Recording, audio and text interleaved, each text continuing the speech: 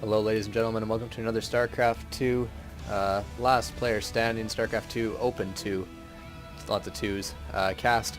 Still dealing with a round of 64 best of 1s. Here we have a PvT between Elden, our pink Protoss down in the right spawning position, and RevDoctor, our blue Terran up in the left top-ish spawning position. Map is again Xel'Naga Fortress. Apparently that seems to be a starting map of some kind for this. I don't know exactly how they did their map system, but I'm sure you can go to their website, lastplayerstanding.com, and check it out for yourselves. This does offer $500 to the winner of this tournament. Obviously, it's attracting fairly big name players. Anyone from Diamond to Grandmaster can enter, so you're going to see a high caliber of games over the next week or so from all the videos that are uploaded to their website. This should be linked to their website at some point anyway, so you can enjoy some of the early round games of this tournament. I do believe that they're bringing in a professional caster for the last round of 8, round of 16 or something like that, so you'll get to enjoy the soothing tones of whoever it is that decided to bring in. I haven't actually heard who that is yet, so I'm sure we'll see when it happens. So PvT on this map, actually I don't believe we've casted one of these on this map yet, so I'm sure this will be a little bit interesting. So far we're seeing completely standard play out of both players. Nothing incredibly crazy going on here. Barracks down on 12 by the Terran, again completely standard. Early game is really tough to deviate from for the most part. You kind of have to, there's a really clear-cut way to do it. If you deviate from that, you're most likely going to put yourself behind. So you basically just have to scout and put down your first unit producing structure, be it a barracks, a gateway, spawning pool of some kind, and be well on your merry way to playing a decent game, hopefully for yourself. You see the SCV moving out to scout.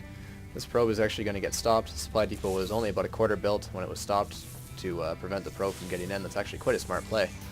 You don't need to finish constructing that supply depot yet, but it is nice to get it started so that you can prevent the scout inside your base. This SCV is going to be able to get a full scout of the Protoss base as the Protoss decided not to wall in. Protoss don't usually wall in against Terran, so it's not too surprising to see. Cybernetics core now being dropped here, orbital command going up, as well as a marine being built for the Terran player. Again, completely standard orbital command opening. Protoss probe does have control of this central Xel'Naga tower, which I do believe disappears after a certain amount of time, so it really doesn't do a whole lot of good anyways. But this SCV is now getting a full scout of the Protoss base. He sees that nothing unusual is happening. There's no forge up. There's no signs of a fast expansion coming, so he's able to go about his game plan. You see a command center being dropped here. It's obviously going to be some sort of a 1-rax fast expand. Probably see a bunker dropped here on the low ground at some point to be able to protect that expansion. He'll be able to get an early economic advantage on the Protoss player. Warp gates now coming out, chronoing out for the Protoss.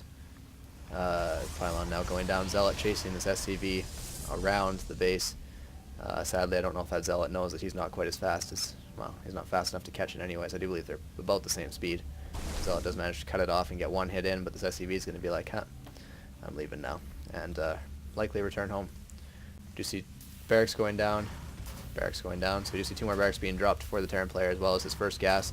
Did do all that gasless, so he did do a gasless 1-rax fast expand of some kind. He's still in the middle of building that expansion command center. We're going to see this barracks moved over and a bunker being dropped to finish the wall off. Surprised he's not dropping this bunker in the low ground though, unless he's not planning on moving this expansion quite yet.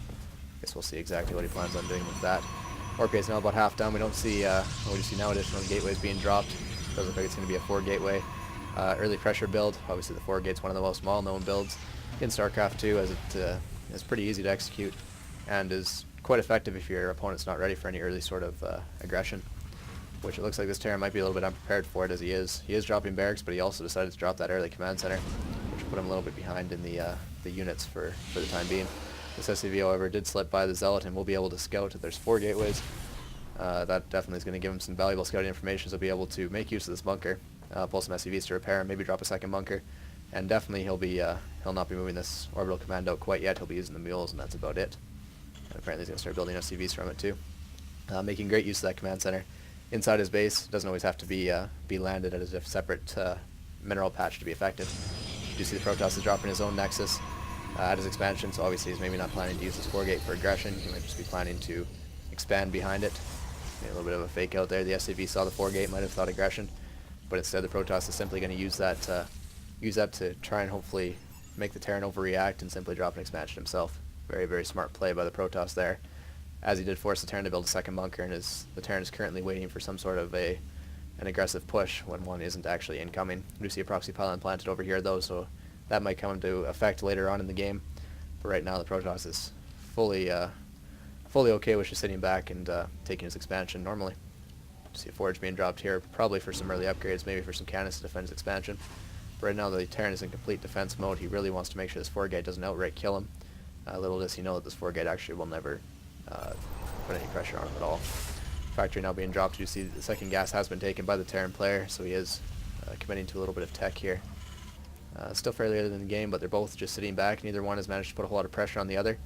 Outside of that fake out on the Forgate, that's really the only noteworthy thing so far, and causing the Terran to build 2 bunkers. So about this map, I'm not a huge fan of this map, but really we are dealing with a Zerg, so there's no Zergs to complain about. Oh, there's no easy third to take, and blah blah blah.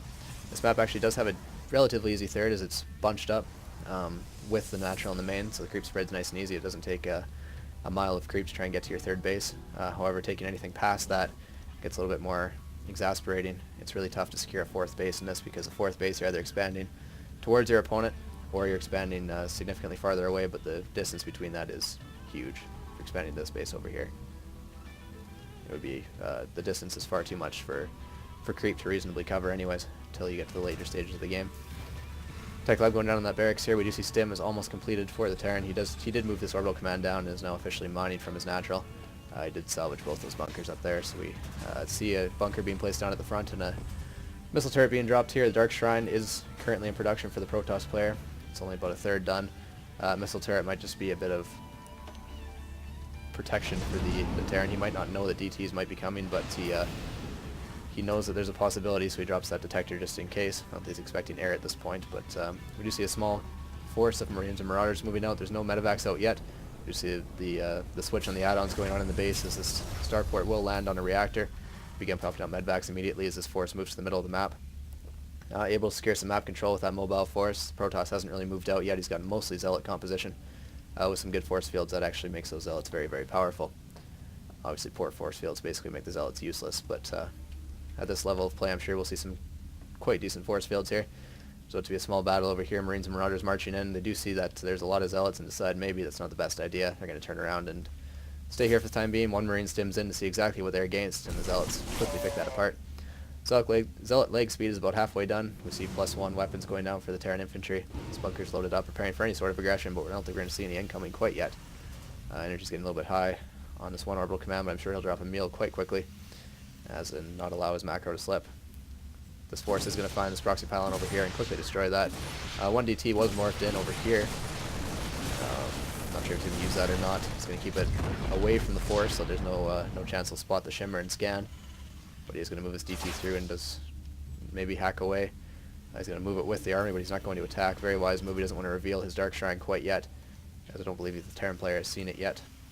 DT's going to hide over here. We do see some back going up here. See, we got pylons being dropped.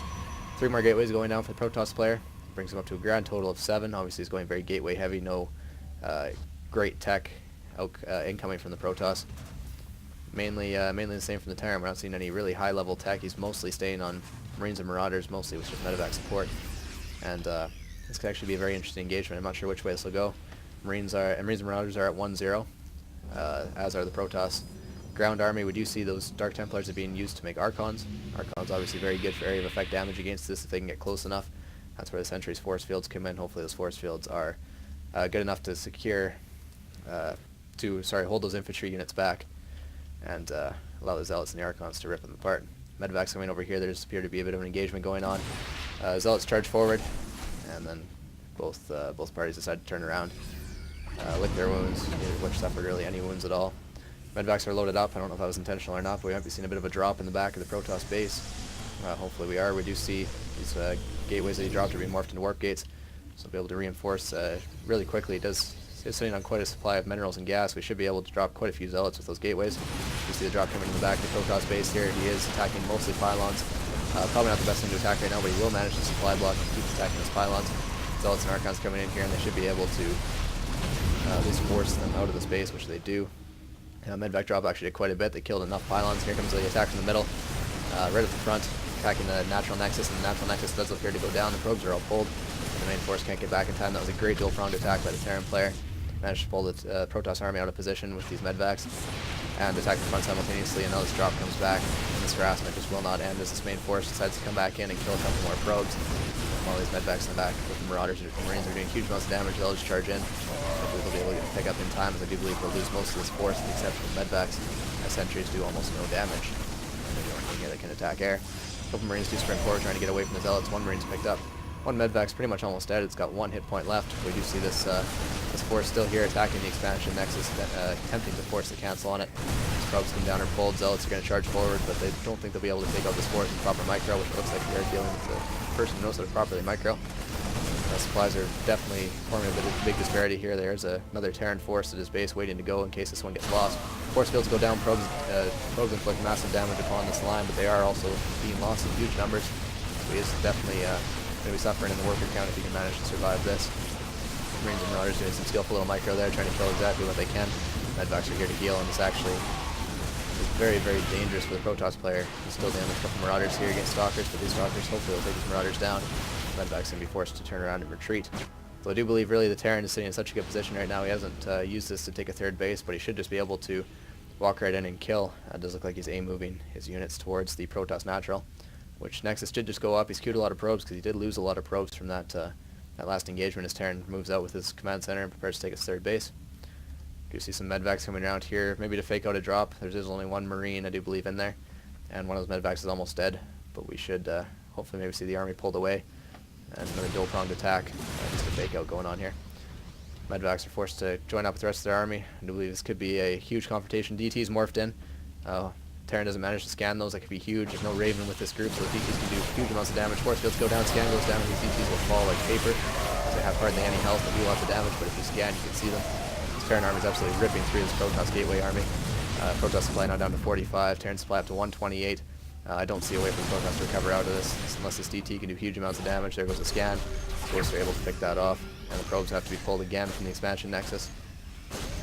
The Terran army can just sit out here and basically attack this nexus. It appears to be only the ghosts that are doing that though. Zealots charge in, trying to take out the ghosts, and it does look like they'll be able to kill a good amount of them.